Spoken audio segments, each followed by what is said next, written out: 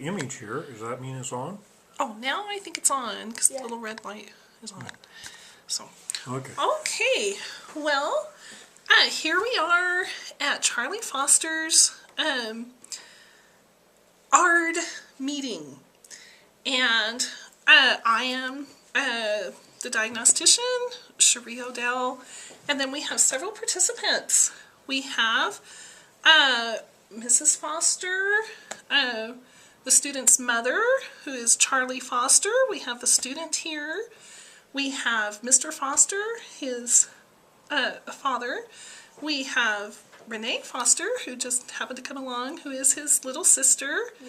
And then we have the principal, Mr. Jackson, and the special ed teacher, Mrs. Burke.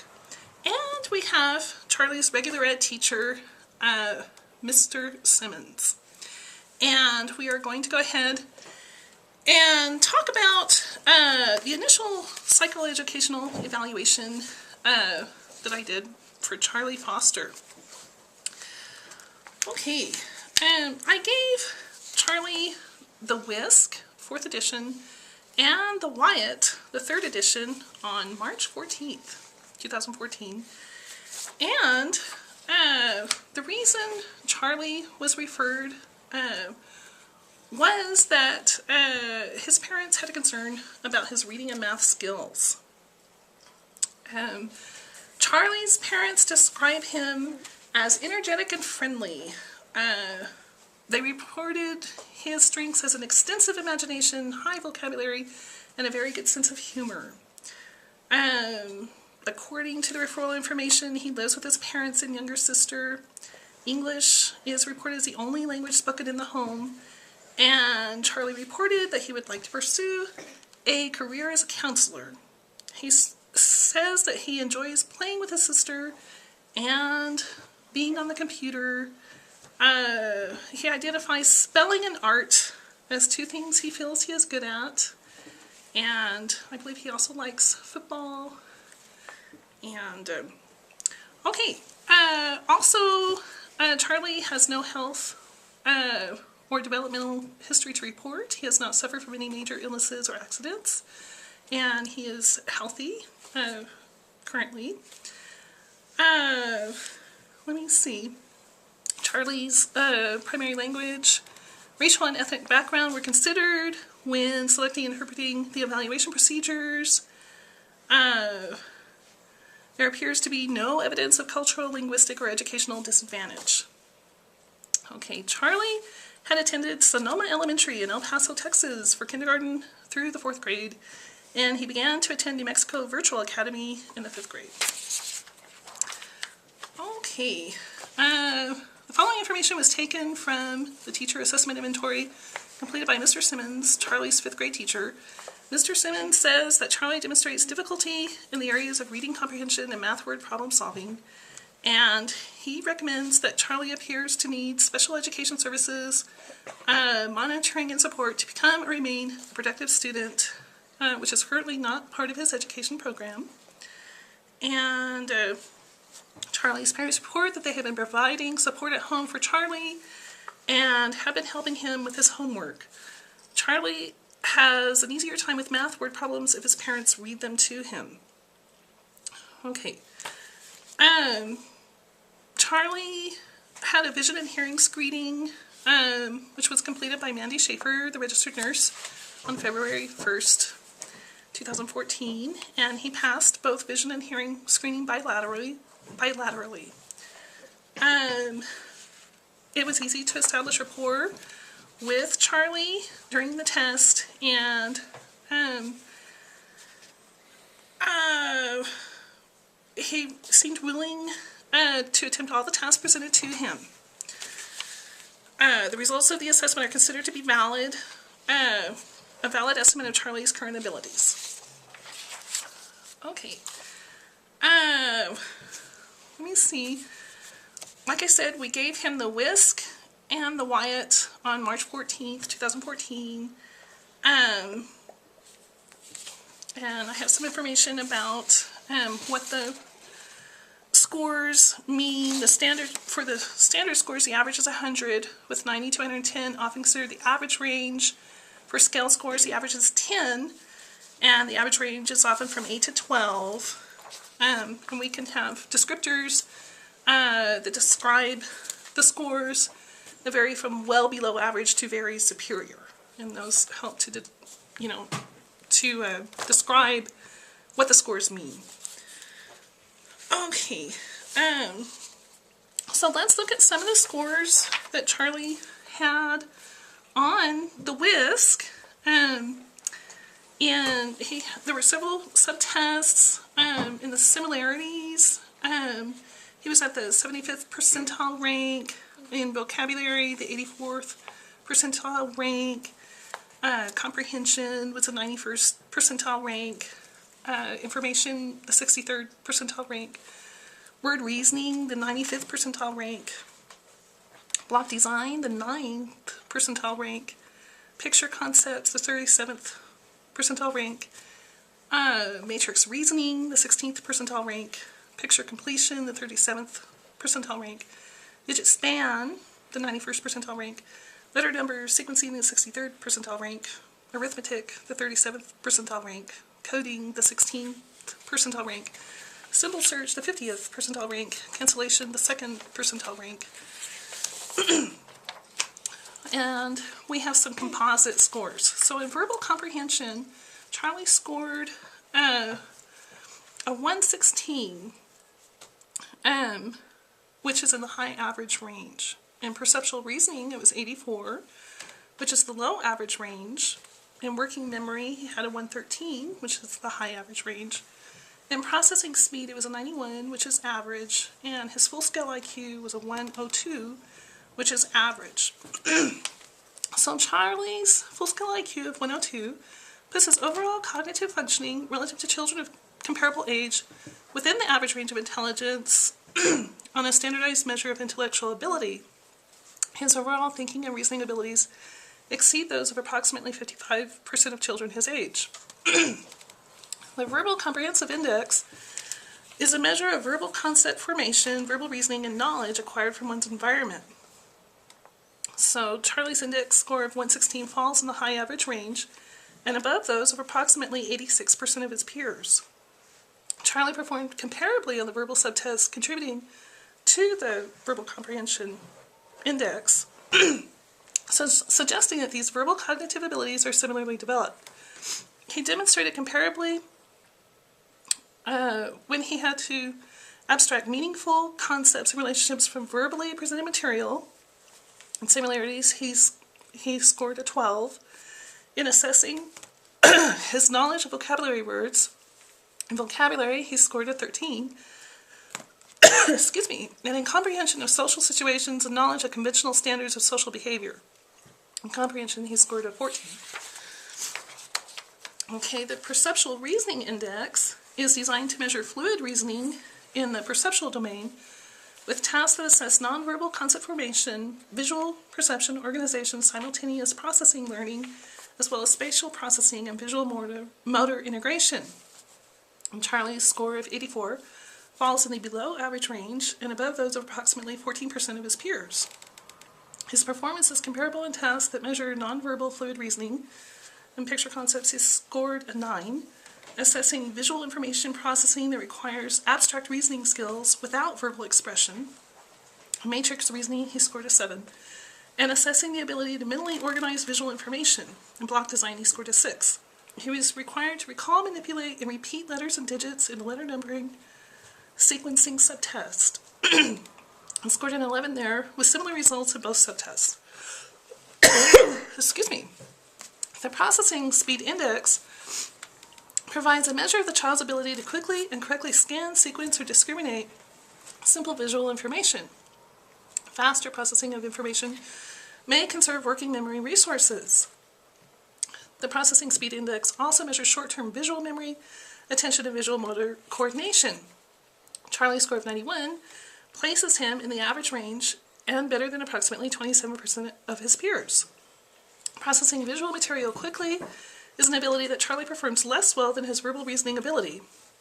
His performance was comparable on the symbol search subtest. He received a score of a 10, which is more demanding of attention to detail, concentration, and mental control And on the coding subtest, a score of 7, which measures visual memory and processing speed.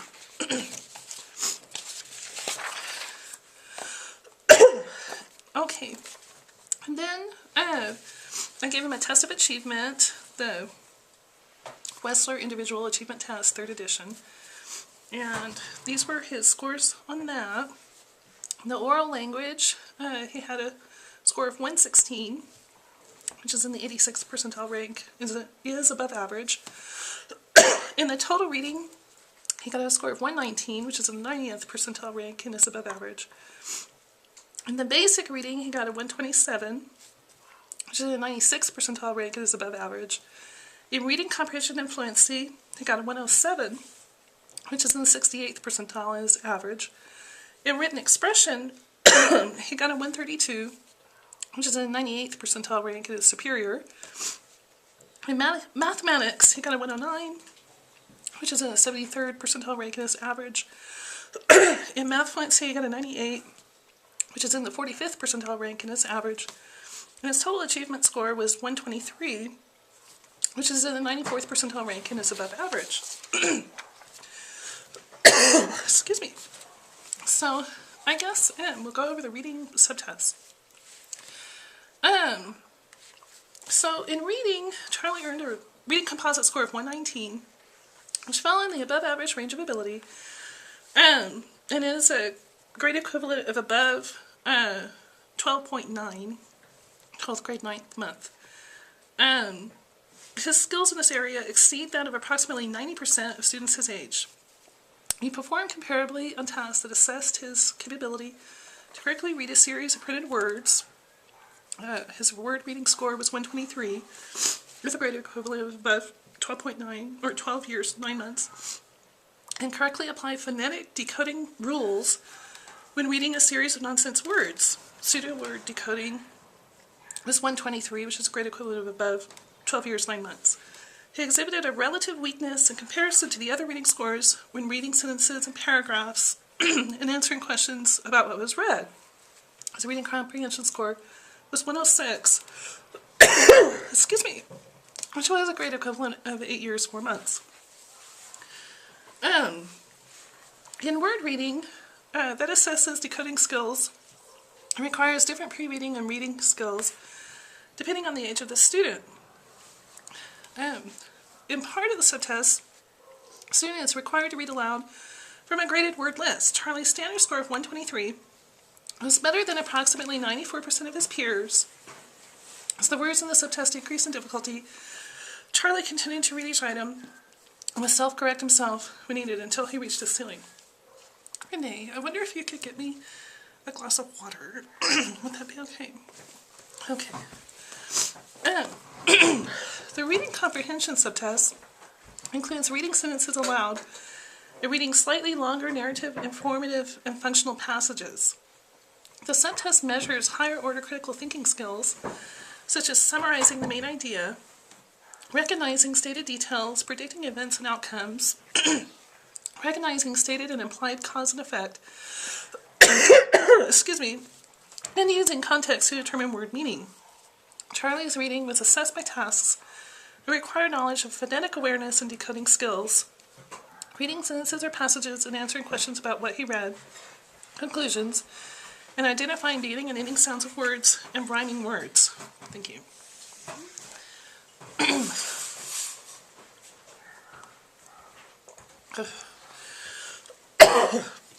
While reading the required sentences aloud, he read each item quickly, making no mistakes. Charlie's obtained score of 106 was better than 66% of students his age. The pseudo-word decoding subtest assesses a student's ability to apply phonetic decoding skills.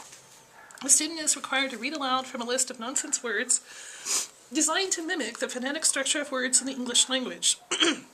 Charlie's obtained score of 123 was better than approximately 94% of his peers. Do not know why I am choking, but oh well.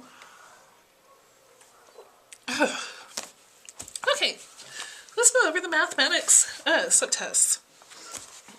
In math, Charlie earned a mathematics composite score of 109, which fell in the average range and exceeds that of approximately 73% of students his age. He performed at the 6.4 grade level on tasks that evaluated his ability to understand, number, consumer math concepts, geometric measurement, basic graphs, and solving one-step word problems. His score in math problem solving was 102, but at the 7-year, 4-month grade level, on tasks that evaluated his ability to add, subtract, multiply, and divide, his numerical operations score was 114. The numerical operations subtest assesses the ability to identify and write numbers, solve written calculation problems, and simple equations involving the basic operations of addition, subtraction, multiplication, and division. Charlie's obtained score of 114 is at the 7-year, 4-month grade level range of ability and better than approximately 82% of his peers. Renee, could you give me a Kleenex also? Thank you. The math problem-solving subtest assesses the ability to reason mathematically. At levels of increasing difficulty, the student is required to solve single and multi-step word problems, interpret graphs, identify mathematical patterns, solve problems related to statistics and probability.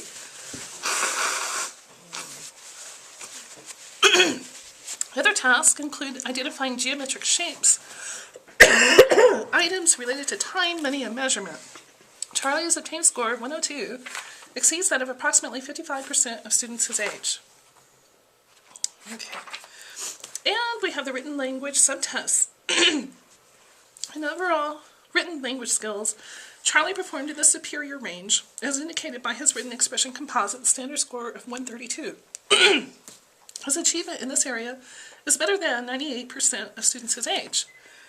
The spelling subtest measures the ability to spell dictated words. Charlie's obtained score of 117 is better than 87% of students his age. The essay composition subtest measures a student's writing skills at all levels of language. Charlie was asked to demonstrate written word fluency, combine and generate sentences, and produce an organized paragraph.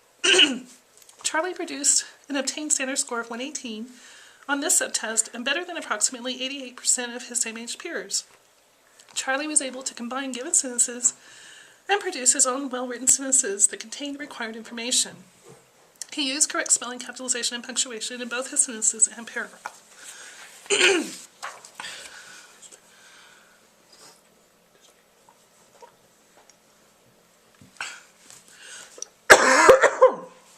Okay, and then we have the oral language subtests. In overall oral language skills, Charlie performed in the above average range, as indicated by his oral language composite standard score of 116. His achievement in this area is better than 86% of students his age. His performance on tasks that require him to repeat verbatim an orally presented sentence, he got a score of 137, which is the 99th percentile, is higher than his performance on tasks that require him to provide a vocabulary word that fit an orally presented definition. His expressive vocabulary was 96, which is the 39th percentile, and to name as many items in a category as possible in 1 minute. His oral word fluency was 118, or the 88th percentile. Okay, so, taking all of that into consideration, Charlie's ability and achievement levels indicate that he may not require special education services. However, for the purposes of this assignment, we will create an individualized education plan for Charlie with appropriate goals and objectives in the least restrictive environment for him. Okay, so Charlie's overall cognitive ability, as evaluated by the WISC-4, is in the average range, as indicated by his full-scale IQ score of 102. His overall thinking and reasoning abilities exceed those of approximately 55% of children his age. His verbal comprehension index score of 104 falls in the average range, and is better than 61% of students his age. His perceptual reasoning index skills fell in the high average range of ability with a score of 116, and his working memory was 113, being in the high average range, and his processing speed of 91 was in the average range of ability. Charlie's academic skills and fluency with academic tasks are in the average range, excuse me, as shown by his composite score of 116 in verbal comprehension. He achieved an above average in reading with a standard score of 119 and an average in mathematics with a standard score of 109 as measured by the Wyatt 3rd edition. Charlie performed in the 68% range in reading and 73% range in mathematics, and these skills are evident in his classroom academic performance. Okay, so to determine his eligibility, available information has been reviewed to determine his possible special education eligibility.